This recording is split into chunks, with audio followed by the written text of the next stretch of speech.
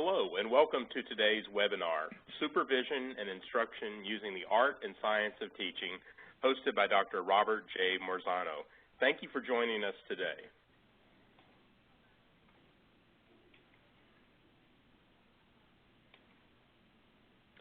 My name is Steve Houston, and I'm a sales representative in the state of Texas. As a representative, I cover both the Marzano Research Laboratory as well as for Solution Tree. Cindy, I'm experiencing a technical problem with the slides.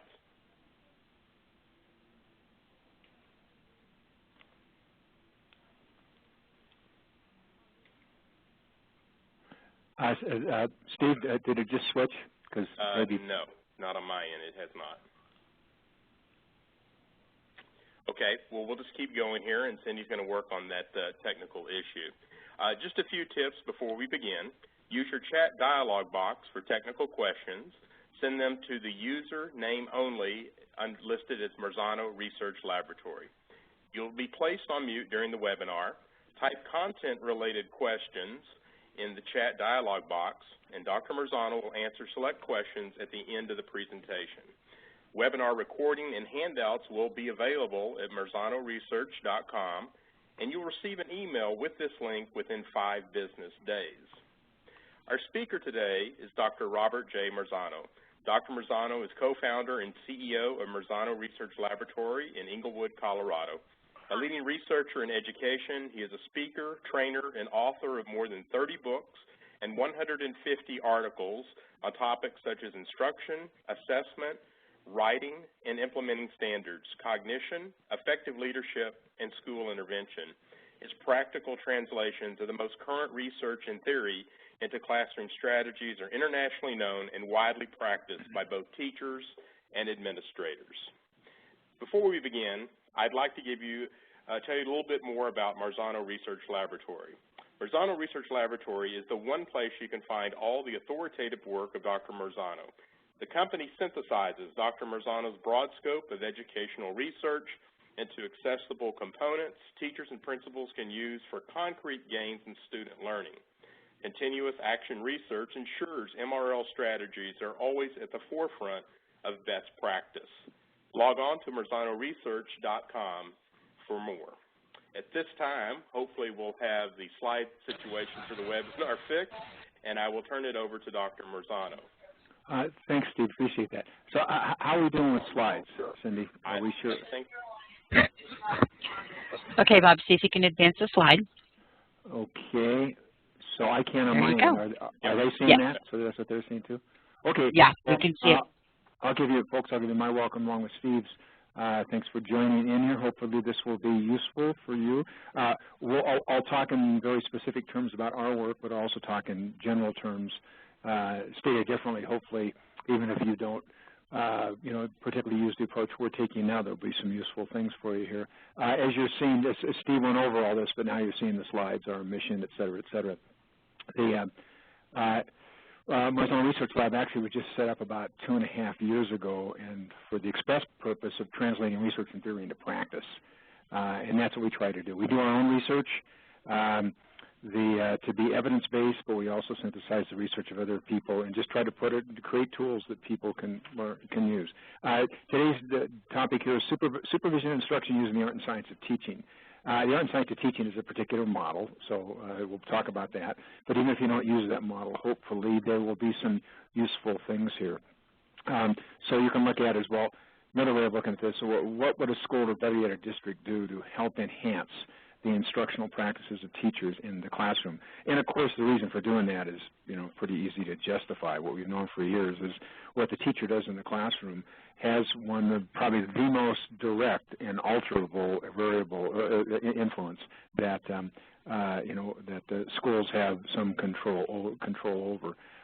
We say there's three phases a school or district might think of in terms of or operate from to enhance the pedagogical skills of teachers in the classroom. And you have them right there, I hope. Phase 1, the school or district develops common language of instruction or uses or adapts someone else's. And that's what we're going to try to talk you into here. So if you're going to use it, adapt someone, maybe take a look at ours, Art and Science of Teaching. Or there are many other fine models out there too. Phase 2, data is collected from teachers, students, peers, and supervisors regarding classroom activities. And along with that, teachers engage in professional discussion regarding instruction in the classroom. And then Phase 3, data is used by teachers to set personal goals for enhancing their instructional expertise in the engagement and achievement of their students. You can actually look at it this year. Phases 1 and 2, I would assert, you can actually do in 1 year. That's pushing a little bit, but it puts it all in a nice package. You develop a common language of instruction, and that same year, teachers start interacting about good teaching using that common language of instruction. Now, that gets a little scary to some people in the classroom because they tend to, it's a very common reaction for a teacher to say, wait a minute, if we have a common language of instruction, that means that I'm going to have to use every strategy in that common language of instruction. If that happens, you're going the wrong direction. We call it a common language of instruction because that's the intent, a way of talking about good teaching, which is very different from saying, here are good instructional strategies, and by golly, every classroom teacher has to use every one of these classroom strategies. After looking at other people's research and doing some of our own over the last 3 or 4 decades, depending on how you want to count, I can say this with some confidence. I can't think of anything, or at least not too many things, where I say, this is the strategy every teacher has to use. Teaching is a very personal thing. It is true that the best teachers in any school or district tend to do some things in common, but they don't do everything the same. There's not a cookie-cutter approach to being a good teacher. And as a matter of fact, I would assert you can find examples of teachers who even violate, if you will, some of what we call good practice and still produce results. So you don't want a language of instruction that constrains, communicates to teachers, this is a cookie-cutter approach, everybody has to do it this way. You do want to communicate. Everybody is expected to produce results in the classroom. And here are some strategies that we're going to use to interact about good teaching and talk about good teaching this way. But that doesn't mean everybody has to use every strategy. So if you can keep that in your hip pocket as I go through this, I think it'll help answer some questions. So Phase 1, school or districts develops a common language of instruction. The language of instruction should be much more than a list of strategies. It should have an overall logic to it. The reason I say that is my guess is there are some schools and maybe districts out there listening. They say, we've got that. We've got a list of strategies we took from book X, and that's it. We know that these are the high-yield strategies. These strategies produce results. And I would say that that's a good start, but you have to go further than that. Your language of instruction has to reflect what goes on in a classroom, which means that certain strategies are best used in some areas and not in others. There's a certain flow to what happens in a classroom. Now, you need a model for that. Now, in our model, which is the art and science of teaching, we say that think of strategies in these 3 broad categories. Routines, okay, and that's just what it sounds like, things that in general you see every day in a classroom, or if not every day, systematically. And then segments that address content in specific ways. Let me explain that term, segments. Actually, that's not our term in terms of its use in education. It was Guy Leinhardt, very famous researcher from LRDC, a great research lab, University of Pittsburgh. I think in the mid-'80s. She said, in a classroom, activities come in bundles, which she called segments. And she said, and each segment has a purpose, and there are certain strategies which relate to that purpose. So if you can think that way, these segments. And just to give you an idea, routines, for example, taking roll and getting everybody seated and, working. You can think of that as a segment, and there are certain strategies which a teacher uses to help accomplish that purpose. Another segment might be, okay, it's brand new content that I'm introducing to students, and there are certain strategies that I will use. Okay, so you can actually use the word segments, for each one of these 3 broad areas. Routine segments, and then segments that address content in specific ways. I'll get into that in a second within our model. And then segments that must be enacted on the spot. Kind of a funny term, but let me explain that. The way of looking at this is these are things we call on the spot. These are strategies, if you will, that a teacher has not necessarily planned for in a given day, but is prepared for. And for me, that's the art part of teaching. The teachers who have been in the classroom for a long time, there's a whole bunch of things they're monitoring for every day, in every class, but didn't necessarily plan for. And, the bigger your bag of tricks, the better in terms of your ability to produce results in a classroom. Of course, the model, we've been using is The Art and Science of Teaching. It's a book I wrote in 2007. It really builds on the research and application from at least 3 other books, actually 4 other books, that I had written with some colleagues years before. One is Classroom Instruction That Works, which dealt with instruction, Classroom Management That Works, which dealt with management, obviously. Excuse me, I got a bit of a cold there. Classroom Assessment and Grading That Work, which dealt with grade and with assessment, and then What Works in Schools, along with some other things we've done too. Try to put that all together into a bigger or more comprehensive model. Excuse me, I'm sipping on water here to get rid of my cough. It was designed as a comprehensive framework that puts strategies into a unified whole. Whether you use ours or not, whatever language of instruction you come up with, we say should be this unified whole, and not just a list of 9, 10, 12, 15, 50, or 50 strategies. It should make sense. You've got to organize them into these segments or strategies that are commonly used together. Is another way of looking at it. Just a second.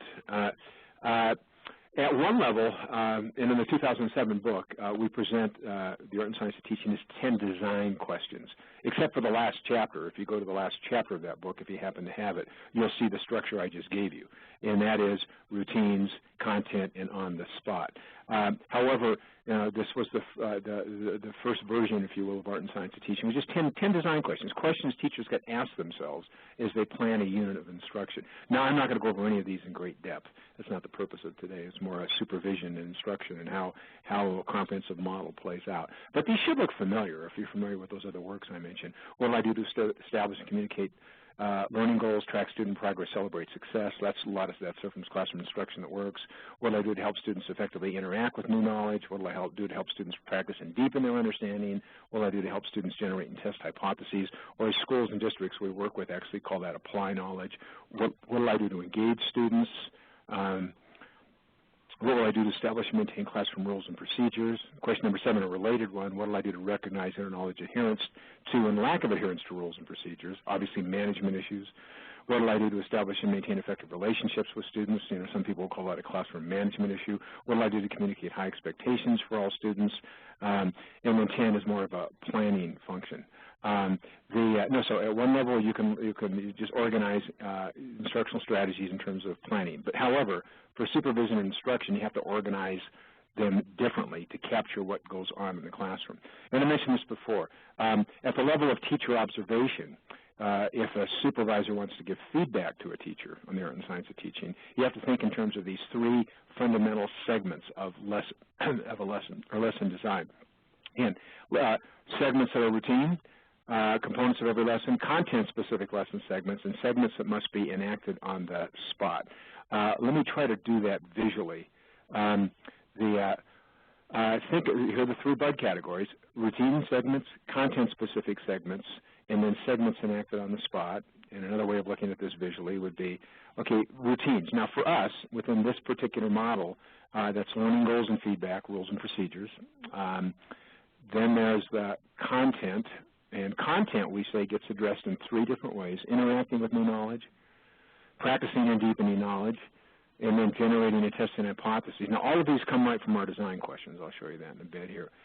And this probably is the best visual representation of enacted on the spot. That's the context in which a teacher teaches. In other words, good teacher is always monitoring for student engagement, adherence to rules and procedures, high expectations, and teacher-student relationships.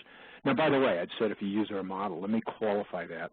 I actually don't believe in programs. I think that programs generally don't stay because another program a few years down the line usually takes their place. So when we work with the school or district on this particular issue, what we basically say is start with the Art and Science of Teaching, but then make it your own. In other words, change it. And right now we're engaged in actually long-term relationships with 3 districts and a number of schools. And in each one of those, they started with the Art and Science of Teaching, but then we say, okay, now change it. let us train you in this and change it. And a lot of times it's wording changes. Sometimes it's more substantive, the types of changes that a school or district makes, where they add pieces, they delete pieces, and that's the way it should be. If I were king for the day, I would say, I think every district in the country should have its own language of instruction, way of talking about good teaching that should be unique to them. If I got hired into that district, I should go through their training on their language or model of instruction, regardless of how long I've taught. In my job, I have to travel a lot, fly on commercial airplanes, and I know this, that if you fly a 757, let's say, for United for 10 years, but then move over to Southwest to fly a 757, you still have to go through Southwest training. Not because you don't know how to fly, but what they want to communicate is that Southwest, this is how we fly a 757. This is how we talk about flying. And this is, these are the protocols that we use. So I hope the analogy makes some sense to you. Every district would have their own language of instruction that's unique to them. Now, I would assert that if this ever actually happened, and all districts did, you can line up all of those model languages of instruction in the 14,000 districts across the country, and you'd see they're saying mostly the same thing. But there would be some important differences too. So start with someone else's model. We'd be thrilled if you started with ours, but then change it, adapt it, make it your own. And again, that's how we actually work with schools and districts. Now, from the perspective of giving teachers feedback, remember we're talking about supervision and instruction today, there's a fundamental question that observers should ask. What am I looking at right now? See, the danger in just a laundry list of instructional strategies is that an observer goes in and they're looking for, 9, 10, 12, 15, 20, 40 strategies. As though they were, all of them made sense at any point in time. It's not like that.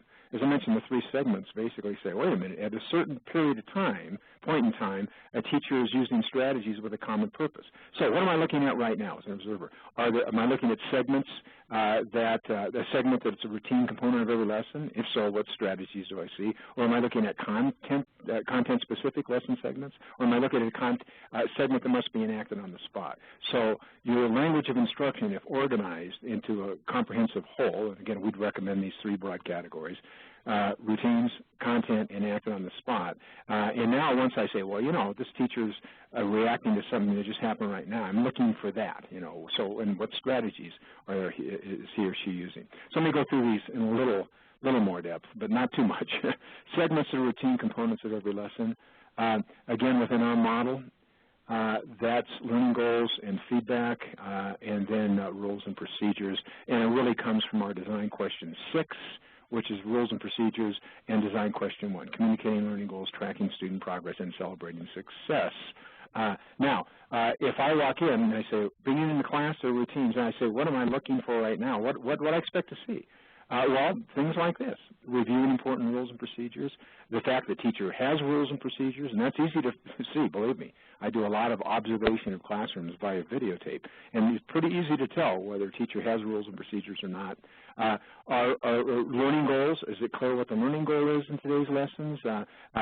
Today's lesson, is the teacher, reviewing student progress? In other words, is there a way for students to see individually and as a whole class, gee, we started here and now I'm right here, and then celebrating success? Now, you might not see that in every lesson, but you would see that systematically. That's why we call it a routine. Content-specific lesson segments, let's go over those. And these come from specific of our design questions, interacting with new knowledge, practicing and deepening knowledge, and generating and testing hypotheses, or when we work with a district, they commonly change that to applying knowledge, although I prefer generating and testing hypotheses because I think that's actually where you get the best impact on student achievement. Relative to supervising art and science of teaching, if you're using that model, that's design question 2, 3, and 4. So those represent 3 different ways of addressing content, each with their own purpose, each with their own set of strategies. So I'm going to go over these again. Again, design questions 2, 3, and 4 represent the 3 different ways of addressing content. Let's take a little more depth and look at interacting with new knowledge. Now, you don't have to make this rocket science. Let's just say, for argument's sake, that you like this model I'm presenting, but you wanted to fill it in yourself. Here's what you have to do. So, okay, there's certainly, a type of instruction that's focused on new knowledge. Students haven't had it before. What are the strategies you would expect to see, a teacher using if students were new to the knowledge? They hadn't seen it before, or been exposed to that before, at least within class. Well, if we were in a small group and I say start shouting out what you think, my guess is you'd see things like this: previewing activities, which is a category in itself. There's Donna Ogle's great KWL strategy. There's advanced organizers. There's a teacher-prepared outline. There's a graphic organizer. You might present to the whole class and periodically stop and fill it in. You'd see information presented in small chunks instead of just all at once. You would see students summarizing and taking notes and drawing graphic representations at some point. You'd see students reflecting on their own learning. So those strategies make the most sense, when information is newly presented to students. Now remember, this does not mean every teacher, when they're presenting new content, has to go through this sequence. Remember, teaching is a very, very specific thing in terms of what's most effective for individual teachers. That noted, I would assert that if you looked at 100 highly effective teachers and looked at how they present new content, you'd see a lot of similarity here, and people would have some, diversion from that. Let's look at the second type of content segment, practicing and deepening knowledge. They've had it before, and now they're going in more depth, or if it's a skill, they're practicing that. So what would you expect to see? Well, maybe things like this. Review makes a whole lot of sense here. If it's informational content, this is where identifying similarities and differences come in, where students are being asked to, see distinctions they didn't before. Students are asked to identify errors in their thinking or others about the content. Massed and distributed practice, if it's a procedural knowledge, a skill, or a process. Homework commonly comes in with this type of segment. Let's look at the third type of content segment. We call it generating and testing hypotheses. Some people like to call it applying knowledge. Very different. Brief review of the content. Remember, students are applying it. Students working individually in small groups on long-term tasks. Teacher acting as facilitator and resource provider. Now let me contrast that first and third way of addressing content, just to maybe put too fine a point on my assertion that if you just come in with a list of instructional strategies, it's not the best way to give teachers feedback. Here's why. If you recall, if knowledge is new, you tend to see these things. Preview content, that's a typo there. Small chunks should be next. Students processing chunks, summarizing and taking notes, and then students reflecting on their learning. Let's now contrast that with the students have had it before. They've actually got, a bit of a grasp of it, and now they're applying their knowledge. Very different type, of teacher here. Brief review of the content, students working individually in groups, and teacher as facilitator or resource provider. Just look at those two sets of strategies. Those are very different teachers when content is new versus when students are applying it.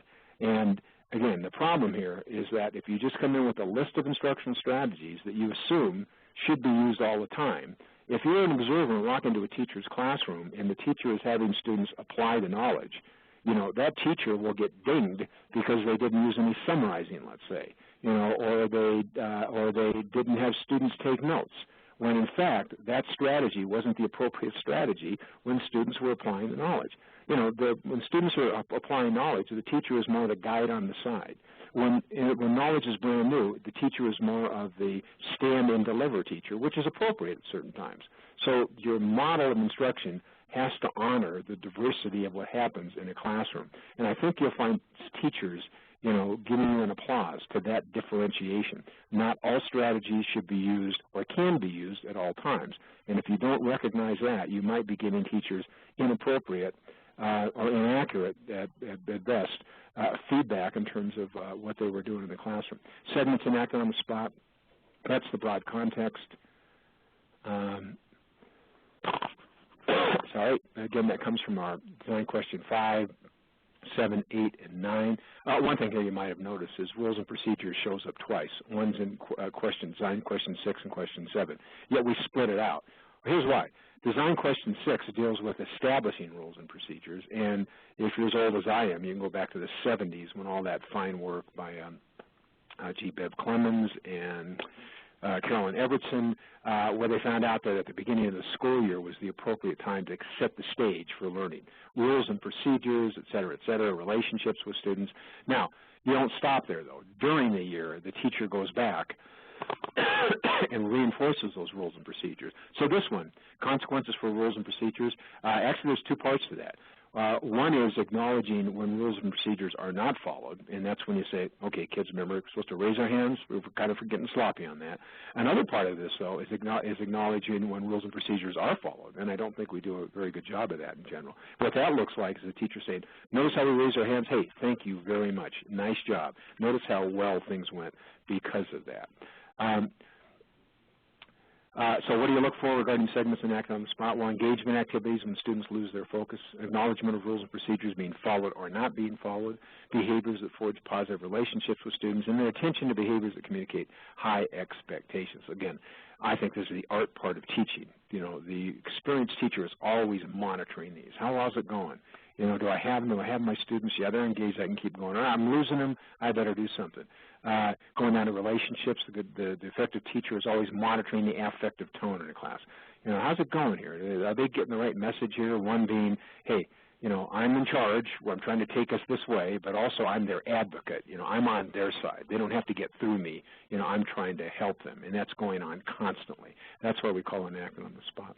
Now, that's a language of instruction, phase one. You know, so if you don't want to use art and science of teaching, that's fine. There are plenty of other great models out there. We believe that ours happens to be the most specific, granular, if you will, in terms of the level of detail we like to get at relative to instruction, but of course others would argue that theirs does too. Regardless of the model you use, make sure you organize it into segments that represent what happens in the classroom. We recommend routines, content, and on the spot. So you've got your language of instruction. Now you can move on to phase two, which could be the same year as you develop in your language of instruction. Now here, data is collected from teachers, students, peers, and supervisors regarding classroom activities. And here's the important part. Teachers engage in professional discussions regarding instruction in their classroom. Now remember, this is not to be a checklist approach. Everybody doesn't have to do everything. But when you talk about good teaching in the district, everybody has to use this language. And there are a lot of ways of gathering data. There really are. Teacher self-perception, we call this a hierarchy of data types. Teacher self-observation, observational data from peers, instructional coaches, and supervisors. It's really a hierarchy in kind of a reverse sense. At the top of the hierarchy you go, the less obtrusive it is. So let me just go through these briefly with you. Teacher self-perception. Here's what that boils down to. Teachers score themselves on a rubric or scale for the various components of the model. Now, in this short session, I'm not going to go into our rubrics, but for art and science of teaching, we have a rubric, if you will, or scale, I like to call it, for each element of the model. There are actually 41 elements in the model, and there's a scale for each. If you go on the website that Steve mentioned, if you go on to marzanoresearch.com under free resources, you will find a document that is referred to called, I believe, an observational protocol based on the art and science of teaching. You'll find all of the scales there. So marzanoresearch.com, go to free resources. We try to put as many free resources as possible, and look for a document called the observational protocol based on the art and science of teaching, and you will see all those scales and have fun with them. Teacher self-observation. Okay, that actually sounds like an oxymoron, but here's what it represents. Teachers score a videotape of their own lesson. Now, this is, I get preachy about certain things. This is one of them. Boy, if I were king for the day, I would say every teacher, at least once a year, has to score a videotape of him or herself. It's so telling. And they might be the only one who sees the score, who see the scores. But to see yourself on videotape is so powerful. First of all, nobody likes to see themselves on videotape. I've been doing presentations for, I don't know how many years now. 3.5 decades at least. And so I've seen myself on videotape for 3.5 decades. And I can pretty much guarantee this. If you look at yourself over 3 decades, let's say, on videotape, there's a point at which you look up at the video and say, Dad, how did he get up there? Or Mom, how did she get up there? That's a joke, but it's actually true. To this, I can remember the day I saw a videotape of myself and I said, that's my dad, that's not me. So that'll happen. You get to see yourself getting older, and even if you don't watch yourself over time, you won't like what you see. You see all your little idiosyncrasies and quirks. Now, here's the good part of it. You get to keep whatever you want and change whatever you want. I know my idiosyncrasies. If you've ever heard me present, I will say, does that make sense?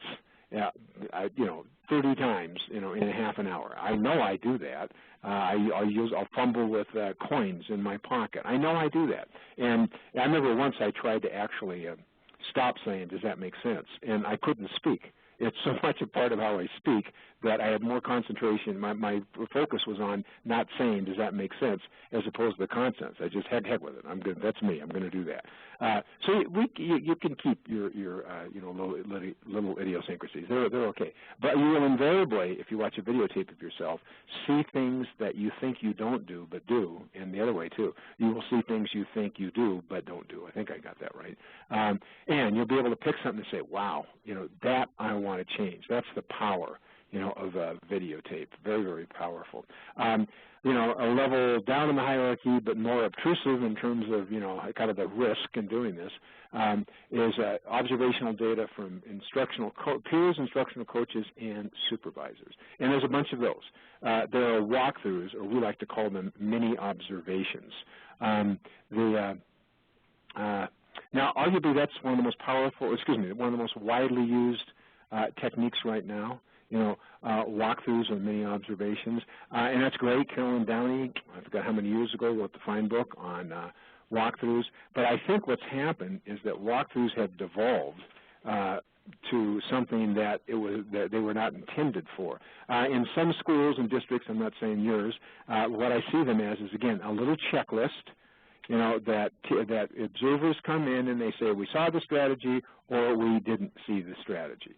And then an email is sent to the teacher, we saw this but we didn't see this, with the implication that we didn't see this, therefore what's wrong with you? Or change that, use that. Now, if you've been awake for the last 35 minutes, you'll remember what I said, and that is using a strategy,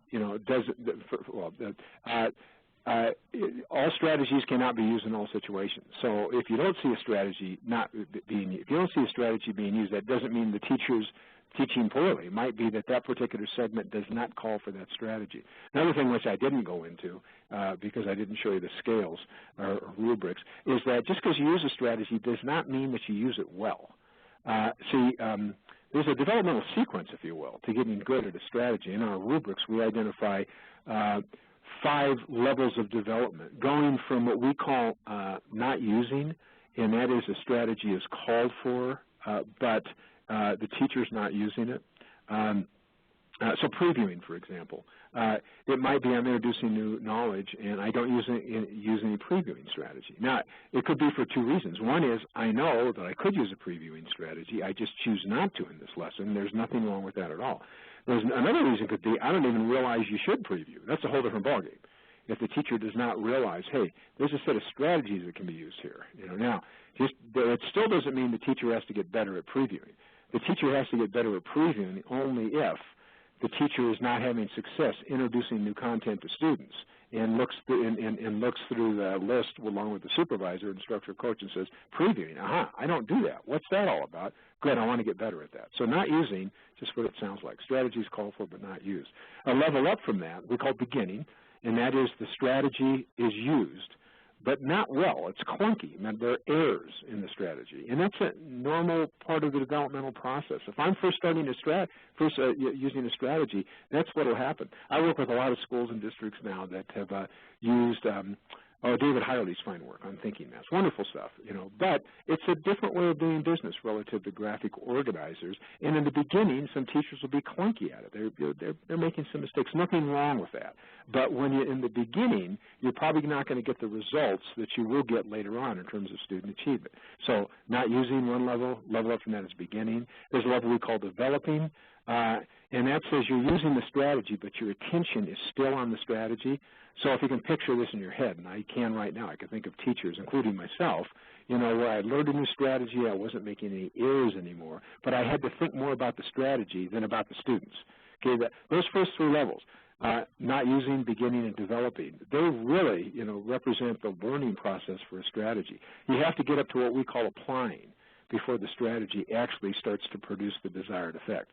And with applying, you know the strategy well enough that you can not only use it without any errors, but you don't have to think about it so much that you can't monitor how well it's working. In other words, at the applying level, teachers use it and then see if it works or not. So if I use a previewing strategy, I know well enough to do it without thinking much about it, but I also look and say, is it producing the desired effect? And in this case, it would be to activate their background knowledge. And the highest level would be where teachers actually know the strategy so well. We call this innovating.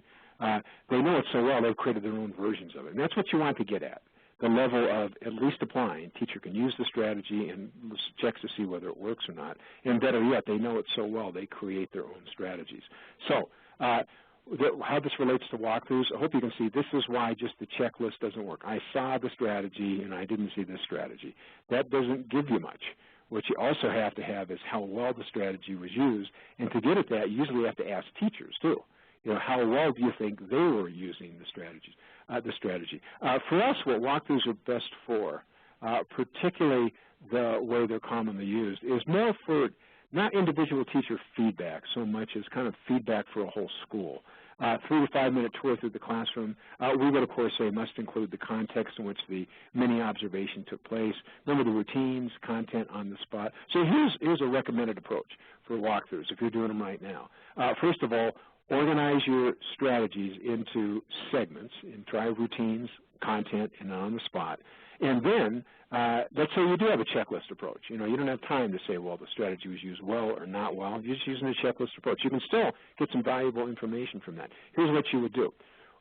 You would aggregate that data across a month, let's say. If we're in a big comprehensive high school, let's say, and you've got, principal, a number of vice principals, instructional coaches doing rounds, and you might have 50, 100 rounds, 100 walkthroughs in a given month. Now what you do is bring those back to the faculty, but now they're aggregated. So you'd say, okay, here's what we saw. Colleagues, teachers, here's what we saw. 50% of the time we were there, we saw content being addressed. That doesn't tell you anything, by the way. 25% of the time we saw routines, and 25% of the time we saw on the spot. By the way, that doesn't tell you anything. A level down does, though. You say, okay, now let's say content. Remember, 50% of the time we saw content being addressed. Of that 50% of the time, 90% of the time we saw teachers introducing new knowledge. And then 10% of the time we saw teachers deepening, having students deepen their knowledge, and we saw no examples of students applying their knowledge. Is that a problem or not? Bring it to the faculty, and what they will do, in my experience, is be very, very honest. And you'll see things, hear things like, well, this is accurate, and it is a problem. Here's why, you observers saw 90% of the time introducing new content. It's because our scope and sequence, or our pacing guide, has so much content for us to cover that we haven't got time to actually deepen our knowledge, have students go in more depth. And we have zero time for having students applying their knowledge. That is a very powerful conversation where the faculty is the one that identifies, yes, this is a true problem of practice. Now, by the way, I believe the people who coined that term, problems of practice, which is a pretty powerful term or phrase. I think that was Hoy and Elmore, Elizabeth Hoy, Richard Elmore, the great researcher from Harvard, in their version of what they call rounds. We have a slightly different version I'll show you in a second. They say that administrators should be looking for problems of practice to identify, are there issues that we see across the building or within this department. I give you our druthers on it. We would say have that something that's a dialogue with the faculty that's based on data, where you actually have the data, right there in front of you. Just as another example on the spot, and these are all actually true examples. I had mentioned the content. Where teachers will say, well, 90% of the time we're introducing new content. That's why, there's way too much content. To the contrary of that, Phil Work, good friend and associate of mine, on a research lab, we were on a video conference with him and his department heads, about a year ago, maybe a year and a half ago, I believe. And when they were talking about what they saw in their walkthroughs relative to content, some of the departments did say we saw everybody introducing new content, except I believe it was for the math department. And they said that the department chair said, most of the time we saw students practicing routines and algorithms and strategies that they had learned and problem types that they had learned. I said, is that a problem? And actually, to my surprise, the department chair said, yes, we think it is. We think that our problem with practice might be that we don't do enough direct instruction on different problem types. We just introduce it quickly and then kind of throw them at the students and say, you figure it out. And I would have never guessed that. I actually did teach math a little bit, not much, but I have some experience with math, but I still would have never guessed that. You've got to bring it back to the faculty and have them discuss, these patterns, and they will tell you this is a problem or no, it's not a problem. It's just serendipitous. It just happens. It's random. It happens to be when you walked into the classroom. On the spot stuff, I've seen schools, through walkthroughs, they've identified things like, well, relative to when it's on the spot, we see most of the time it's teachers, reminding students of rules and procedures. Is that a problem? And it very well might be. So, if we're doing that, what's wrong here? Do we need more of a school-wide emphasis on rules and procedures? Are there some things that we should, talk about at the school level and in assembly and say, in every class there's some things we expect. Some teachers will have different ways of doing things, but here's some things that you'll see in all classrooms. When that comes from the faculty, when that comes from the teachers, it's very powerful, and I find them very forthcoming in terms of what are problems and what are not problems. Then there's observations. And for you administrators out there, this should look familiar. This is the pre-conference. Then there's observation and post-conference. So set up with a pre-conference. Now, in our approach here, our three phases, the third phase, which I will get to very shortly, is teachers identify specific things they want to work on in a given year. Now, assuming that you've done that, these 4 steps make a lot of sense. Set up with a pre-conference. Okay, but in the pre-conference now, I'm the teacher, you're the supervisor or the observer, and you say, Bob, look, I've looked at what you're working on this year, and it looks like you're working on this specific previewing strategy. You're working on engagement, making sure you are aware of whether the students are engaged or not and react accordingly, and you're working on a more positive affective tone. That's what, do you want me to give you feedback on that?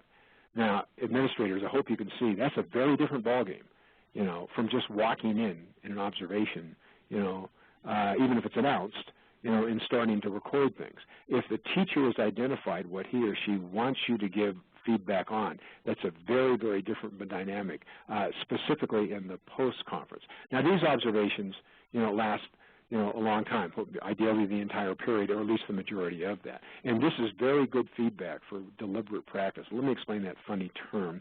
If you look at the research on expertise, what you find is that a number of things on expertise. One is to become an expert in this very complex thing called teaching takes a long time. There are a lot of popular books. I think it's in The Outsiders. Outliers. I'm blanking on another book that had this figure in it, where they said it takes 10,000 hours of deliberate practice to become an expert. It's actually called the 10-year rule, because they assume about 1,000 hours of practice per year, 10 years. A minimum of 10 years to become an expert in teaching in other domains. Now, deliberate practice is, I just actually personally identified it. That is, first of all, identifying a very few things to work on in a given interval of time. So this semester I'm working on these 2 strategies here. And then being brutal with yourself and looking at trying a new strategy and see how well it works. So if you're doing that, observations are very, even walkthroughs, if you can, kind of picture that.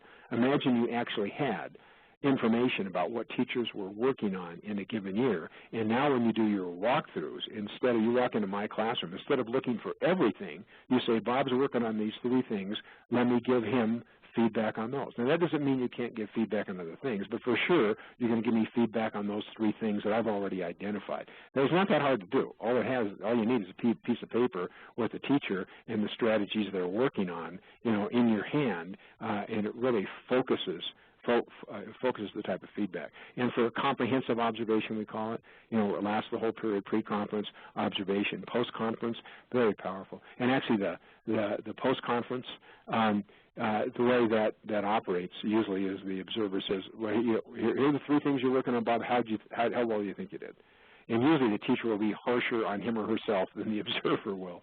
you know, teacher will say, you know, I've been working on these engagement strategies. I still don't think I had them. You know, observer might say, no, I was in the back of the room. You had them. You know, there were a couple of times when, you know, engagement waned a little bit, but you were right on top of it. Nice job. Very, very different experience when you're focusing on those things that the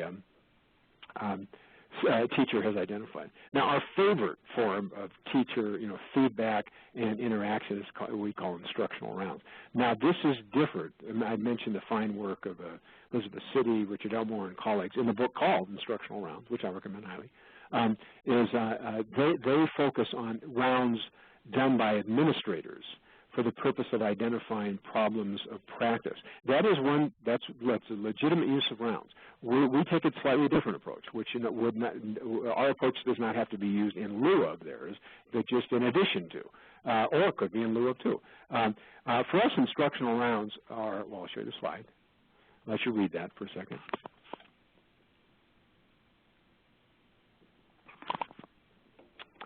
So notice this. It's teams of teachers led by a lead teacher. Now, an administrator can do this, but the administrator has to communicate very explicitly. This is not to evaluate the teachers being observed. As a matter of fact, the teachers being observed, we recommend it's always done on a volunteer basis. And ideally, the teachers being observed are your teachers who have demonstrated competence in the classroom. You know, so they're, in some places, it's a great honor to be asked to be observed because it means you do some things well. If any of you get the book, the magazine Educational Leadership, the last one that just came out, there's a little column that I do called Art and Science of Teaching, oddly enough. And this month's issue is on how to use instructional rounds.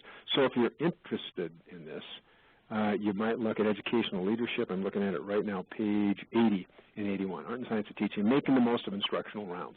And we'll give you kind of a little more detailed explanation. Can be shorter, long, in duration. It's nice if rounds are a little longer than the, 3 to 5 minutes for a walkthrough. So walkthroughs have their purpose. Instructional rounds have a different purpose. Now, look at the third bullet. Primary focus is for observers to compare and contrast their practice with observed practice. And as described in that little article in Educational Leadership, we might, so maybe your department chair is going to lead, all the math people would go together, not all, as coverage is an issue here, obviously. But there's 4 or 5 of us, and that probably as big as your group should get. We go into some teacher's classroom, we're in there for 15, 20 minutes. We might write a few things down. Afterward, we come out and meet, just caucus in the hallway. Very quickly, very informally, and the leader leads the discussion, and it's usually a round robin. And what we recommend is that each teacher, who's an observer, start with positive things they saw. Gee, I really saw this neat strategy for X or Y, and that was really interesting. And so, positive things. Another piece would be, questions or deltas you have as an observer. You say, I don't know why when we were observing, she did this, and I'm not sure why she did that, or I'm not sure if that was effective, or it was effective for her, but I'm not sure if it would work for me.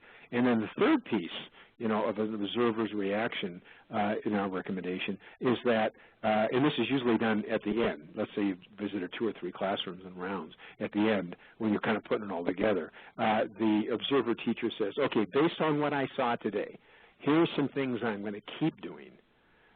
Because I saw the teachers using them, and I think they were really effective. So that's good stuff. I'm going to keep doing that. Here's some things that I question in my own practice based on what I saw today. And thirdly, here's some new ideas that I have. Now, I would assert if you did that, what you'd find is that teachers would consider that a very positive experience. Don't believe me, give it a try. Either using these PowerPoints or go to that little article. Give it a shot. Volunteer teachers doing rounds, not for the purpose of giving feedback to the observed teacher, but again, if you can use it for that. Actually, what we've commonly found is the teacher being observed. Remember, and these might be your highly experienced teachers, who are known for their good teaching. You know what they commonly say is, yeah, give me feedback. Let me know. I want to find out. So, you might, but that comes from them. If they want feedback, yeah, give them feedback. And then phase 3, which I've already mentioned. Each year, teachers identify specific things they're going to work on, and those things they're going to work on, the idea is that if I get better at these, student engagement and achievement will go up.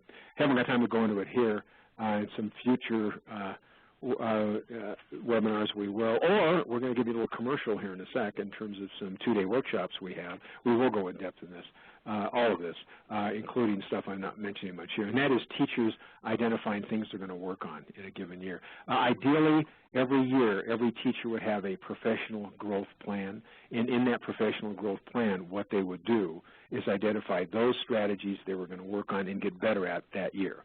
And one thing they would do is they would get baseline data, using their own personal observations of themselves and also feedback from instructional coaches, maybe even peers, say, this strategy, what I want to work on. Right now I'm a 0 on this one, not using. I didn't even realize there were previewing strategies for. And on this one I think I'm a 1. That means I use the strategies, but I don't think I'm very good at it. And on this one over here, I'm a 1. And my goal is to get to at least a 3 on the scale, which is applying. That means I can use the strategy well enough that I don't make any errors, and well enough or fluent enough that I can also check to see whether it's working or not. And that's my goal for this year. That, obviously, the next step after that would be, teacher evaluation, and that's a whole other topic down the line. There's a book, I'll put in a shameless plug here, book coming out in about 2 months called Effective Supervision, Applying the Art and Science of Teaching is the subtitle, by myself, colleague Tony Frontier, he's a professor at Cardinal Stritch University, and David Livingston, both, district office administrators, good friends who have been doing this stuff in the field for a long time. So I hope there's something general you can take away from that. Now we'll go to that commercial part, but we really like, we do two-day workshops, and we'd really like you to consider these. So Steve, you going to take this over? Yes, I am. Thank you so much for your time today, and as Dr. Marzano mentioned, I want to share with each of you, before we take some questions, about 4 very unique opportunities over the next 2 months in which to gain further knowledge and impact of Dr. Marzano's research. The first is the Supervision and Instruction Using the Art and Science of Teaching workshop that will be held February 22nd, 23rd in Fort Worth, Texas. At this workshop, Dr. Marzano and Dr. Tammy Heffelbauer highlight well-researched practices educators use to truly effective and realize gains in student achievement. The next presentation, and it's not working for me again, but I'll just go ahead and continue here. I can see I think I can do it. Oh, okay. The second is the Teaching Vocabulary, a Key to Academic Success workshops, and that will be held on February 24th and 25th in Fort Worth as well. At this workshop, you'll learn Dr. Marzano's 6-step process for teaching vocabulary that boasts the academic performance of all students. The third workshop is going to be the Supervision Instruction Using the Art and Science of Teaching workshop, and that is March 14th and 15th in Chicago. At this workshop, Deborah Pickering and B. McGarvey highlight well-researched practices educators use to be truly effective and realize gains in student achievement. The fourth and final workshop over the next 2 months is the Formative Assessment and Standards-Based Grading workshop that will be held March 16th and 17th in Nashville. At this workshop, you'll learn research-based practices for using quality formative classroom and district-level assessments aligned to solid grading practices. I apologize for the inability to show those slides to you, but I would encourage you to go to marzanoresearch.com. You'll find all 4 workshops listed there, and you can also register for these workshops online, or you can call 888-849-0851. So at this time, we will take a few questions, and I do have those here, Dr. Marzano. And the first question is, which segment does assessment fall into? The assessment, well, 2 actually, in routines. And routines for us, remember that involves learning goals, tracking student progress, and celebrating success. And the reason we put it into routines, and this reflects my values and those of my colleagues, is we say assessment and feedback of students is so important that it should be a routine in the classroom. That does not mean that it comes at the beginning of the class. You think of routines, you think, well, beginning and end of the class. So for us, assessment, will occur throughout those content lesson segments. We're talking about formative assessment, obviously. And so it could be, assessment can be used in the introductory segment relative to content, practicing and deepening, or in applying. So assessment is done within the context of those segments, but it's a routine function of what goes on in the classroom all the time.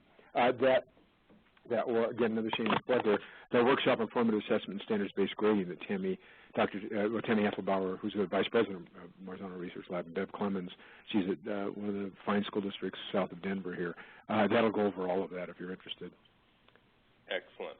The second question, do you have rubrics created for each of the 41 strategies that leaders can use to coach teachers from beginning stages to becoming more adept?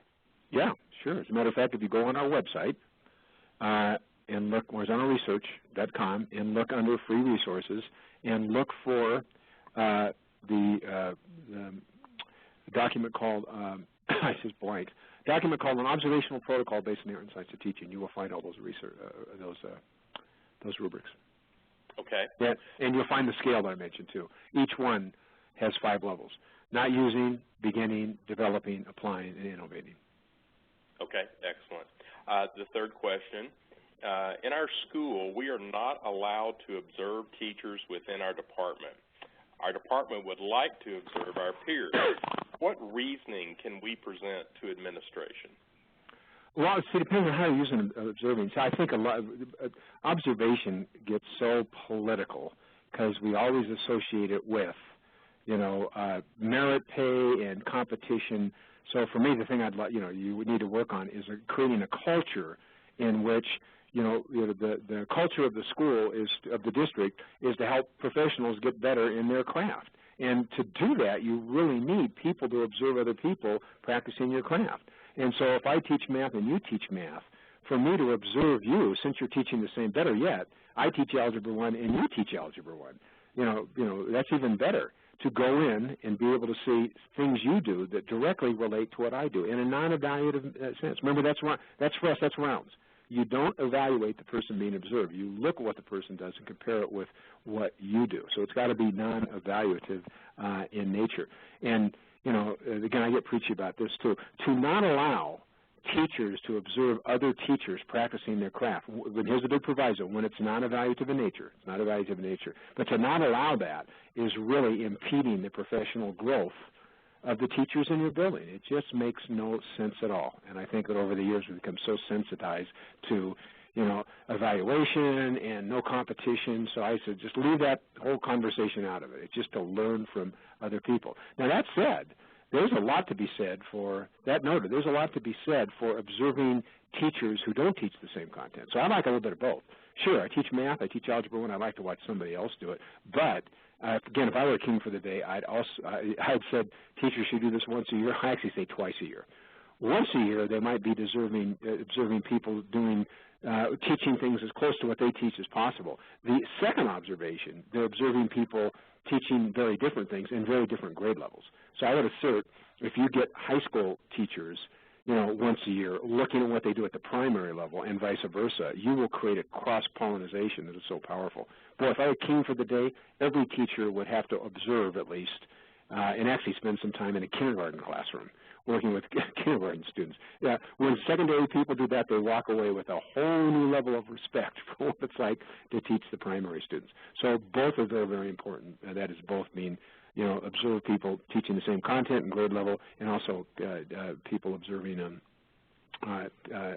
teachers not same content or grade level. If we can get the evaluation part out of it, it's a piece of cake, really. Once you take that out, it's to learn. There's very little objection to that, I found. Excellent. Well, we have reached the end of our designated time for the webinar today. I want to thank Dr. Marzano again for his time, and to the participants, I want to thank you for your time and encourage each of you to go to MarzanoResearch.com, where you'll find information about the upcoming workshops over the next 2 months, as well as a variety of resources that are available to you. Additionally, for registration, again, you can call 888-849-0851. Thank you again for everybody, and thank you again, Dr. Marzano. Thanks, Steve. Thanks, folks. Appreciate it. Bye-bye. Bye-bye.